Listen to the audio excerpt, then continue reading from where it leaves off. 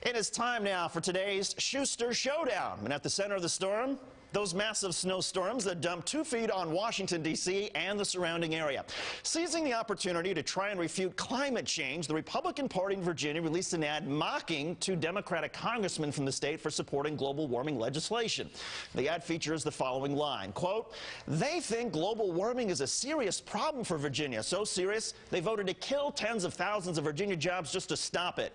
Call them and tell them how much global warming you get this weekend." Referring, of course, to the big snowstorm. This is the Obama administration today proposed a new agency to study and report on climate change. Stephen Zibiak is General Director of International Research Institute in Climate and Society at Columbia University. James Taylor is a Senior Fellow at the conservative Heartland Institute. The group promotes free market policies and generally denies climate change.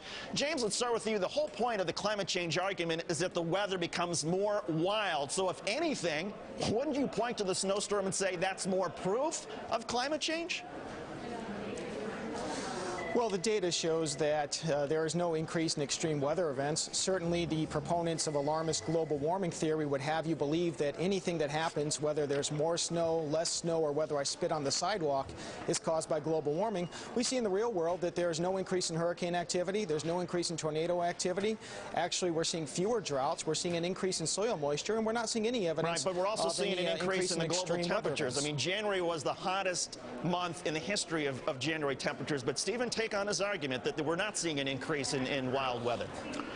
Well, if any event like this particular snowstorm cannot be attributed to anything happening in the climate. The weather events are kind of like throwing dice. There's a lot of chaos in the system, a lot of different things happen. Occasionally you get an extreme event. The nature of slower climate changes can be thought of as like loading the dice in one way or another.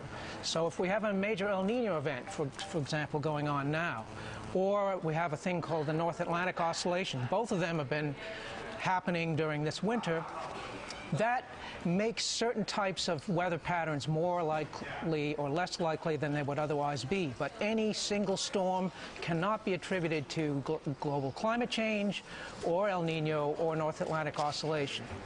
Well, on that point, then, James, doesn't it hurt your argument if somebody tries to join your cause by making an argument as silly and stupid as what the Virginia Republican Party did?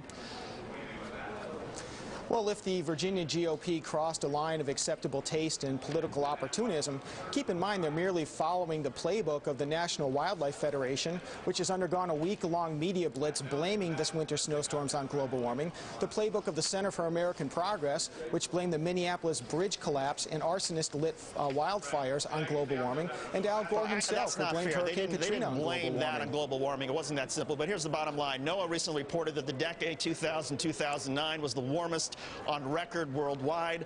Stephen, what about those who say, look, these are just natural fluctuations? There are natural fluctuations. You know, the whole issue with climate change is it's kind of like we're in this courtroom, and there's a whole bunch of evidence that's being put in front of us. So we have evidence coming from temperature observations.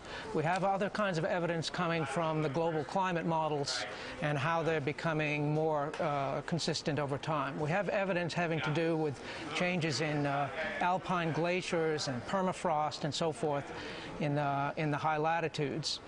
And if you put all these things together, then you get a body of evidence, and that's what is collectively causing most scientists, including myself, who have had actually no particular relationship to the Intergovernmental Panel on Climate Change or anything, to say, look, there's something that we need to be concerned about here because the risks are exceedingly high. So we should Stephen, be doing... You raised the fundamental point, and it goes both ways. There's no single weather episode that can be attributed to anything, and I think that's what makes the whole sort of argument from the Virginia Republican Party so odd and strange. But in any case, Stephen Zibiak and James Taylor, thank you both so much for coming on today. We appreciate it. Thank you.